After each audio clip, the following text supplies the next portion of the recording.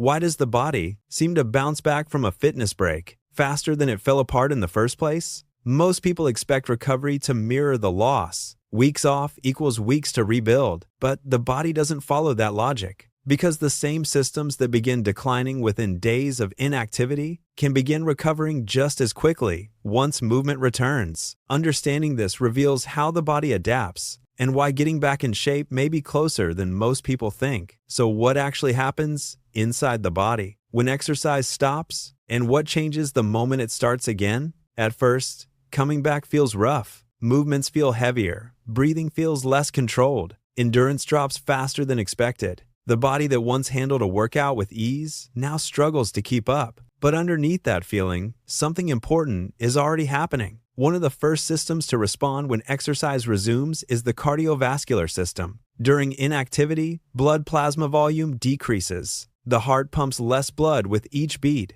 Circulation becomes less efficient, and the body delivers oxygen to working muscles more slowly. This is a big part of why fitness feels like it disappears so quickly. The cardiovascular system is extremely sensitive to physical demand. When it drops, the system scales down rapidly, but when exercise returns, the process begins to reverse almost immediately. Within just a few sessions of moderate activity, plasma volume starts increasing again. More blood circulates through the body. More oxygen reaches the muscles, and the heart begins regaining the efficiency it had before. For many people, this is why endurance improves faster than expected in the first week back. The body is not starting from zero. It is restoring something it already built. But what about the muscles themselves? How does strength recover, and why does it often come back faster than expected? After time off, muscles feel weaker, less responsive, less coordinated. Lifting the same weight that once felt manageable now feels noticeably harder. But much of that early loss is not due to muscle tissue disappearing. It is due to the connection between the brain and the muscle becoming less efficient.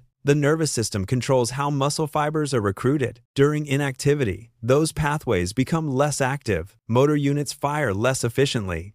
Coordination declines. This is why the body feels sluggish early in a return to exercise, not just because the muscles have weakened, but because the communication system between the brain and the body has become less precise. When exercise resumes, that connection begins improving quickly. Neural pathways reactivate. Motor units fire more efficiently. Movements feel smoother again. This is what's commonly called muscle memory. Even if muscle size has slightly decreased, the nervous system retains patterns of activation that can be reestablished rapidly. The body doesn't relearn movement.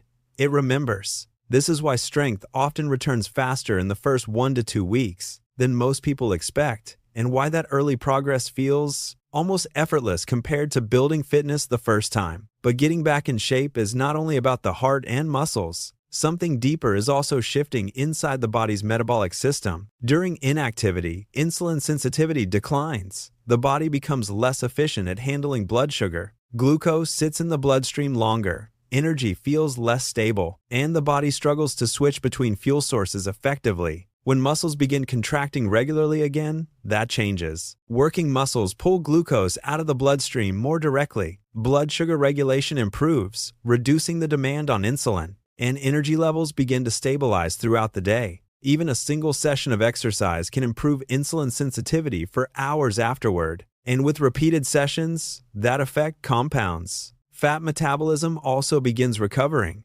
Enzymes involved in fat burning become more active again. Mitochondria, the structures inside cells that produce energy, begin increasing in both number and efficiency.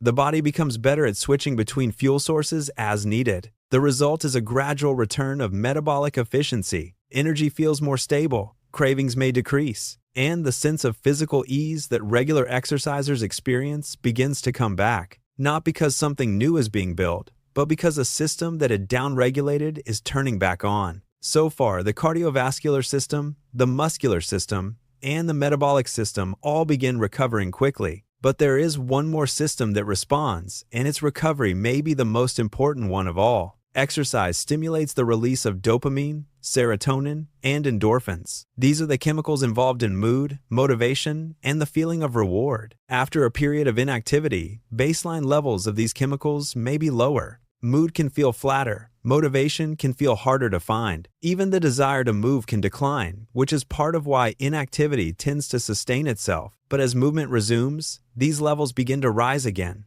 Mood improves, mental clarity returns, and something important begins to shift. The desire to move comes back. The same feedback loop that made inactivity easier begins working in the opposite direction. The more the body moves, the more it wants to move. Levels of brain-derived neurotrophic factor BDNF also begin increasing again. BDNF supports the growth of new neural connections, learning, memory, and overall cognitive function. The brain is once again receiving the signals it needs to support adaptation and growth. Sleep often improves as well. Exercise helps regulate the body's circadian rhythm. It increases sleep pressure, the biological drive toward deep, restorative sleep. Within days of consistent activity, many people begin noticing improvements in sleep quality, and better sleep accelerates recovery across every other system in the body. The brain and nervous system aren't passive in this process. They're active participants. And when movement returns, they respond just as quickly as the heart and muscles do. So here's the larger question this raises. If the body loses fitness so quickly during inactivity, why does it seem to regain it faster than it was originally built? The answer comes down to a concept that goes deeper than muscle memory. When the body builds fitness for the first time, it creates structural and cellular changes. New blood vessels form to supply working muscles. Muscle fibers increase in size and efficiency. Mitochondria multiply. Neural pathways become more precise. These changes take time to build, but many don't fully disappear after inactivity. They become dormant. The blood vessels do not vanish.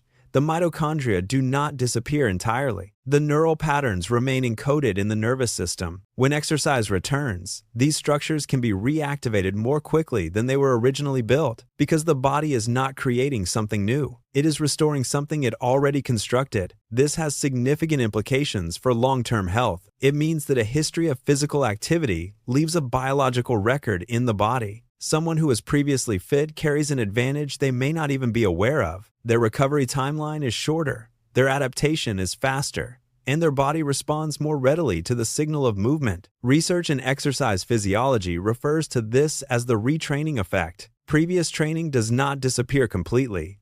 It creates a biological foundation that accelerates future recovery. This is also relevant to aging. As the body gets older, the rate of detraining can accelerate. Muscle loss during inactivity becomes more pronounced. Recovery takes longer, but the fundamental mechanism remains. The body still responds to the signal of movement.